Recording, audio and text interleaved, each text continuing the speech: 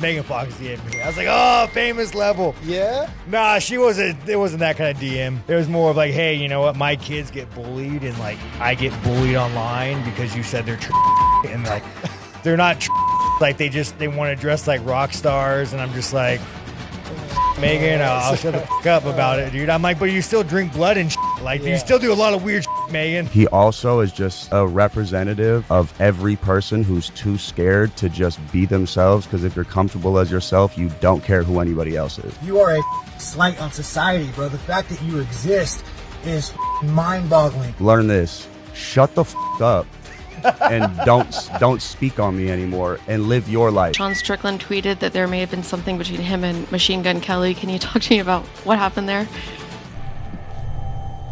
You can't bring Sean Strickland around any other human beings. It's like, you know what I mean? It has nothing to do with Machine Gun Kelly. It's about humans. Growing up with no guidance. Yeah. Growing up with f***ed up family. I wasn't socialized, bro. I was like a dog that you have to go let people pet, you know? I went through like pretty severe trauma as a kid. Dude, I'll never forget my dad, dad, dude. When I was a kid, dude, he was like the monster, dude. He was like the boogeyman. Abusive alcoholic, drank, you know, got in pills later on.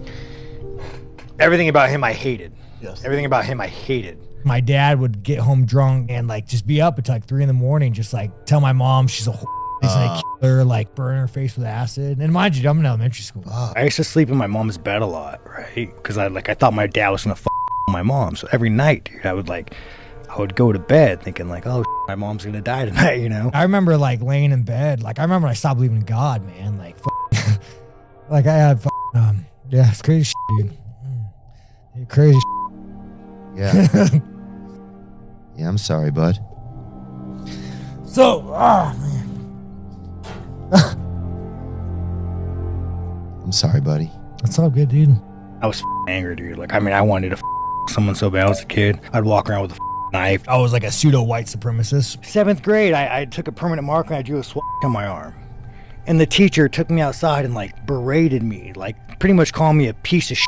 At no point did anybody say like, hey, maybe we should help this kid. Help would come in a different form. I remember the first time in my life that I ever felt happiness. Like even when I think about it, dude, it makes my eyes water. I was like 14 years old, you know, I was just a loser, man. And my mom brought me to an MMA gym. I'll never forget, dude. I always tell people the first day I trained, I got the kicked out of me, covered in blood, bro. Like, first moment in my life I ever felt happiness. First moment in my life. Where did you start? What gym?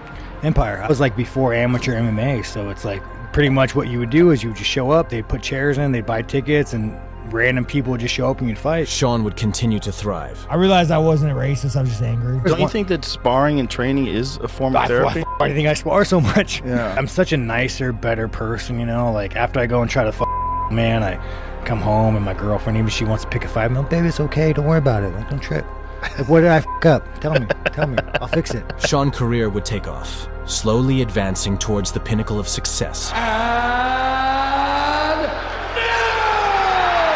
But despite the success, the demons are still lurking. I have everything. I'm rich, I'm famous, like I have everything I've ever wanted, and I still am mentally unwell. I've been on the Twitter saying crazy just spiraling. I feel like I'm a danger to people. Like I don't feel like I should be out in the world, you know? I want you to embrace that you're a better person than you were then. It seems like you kind of like fall back on this I'm a piece of shit thing. It's almost like you use that as like a little bit of a shield. Yeah.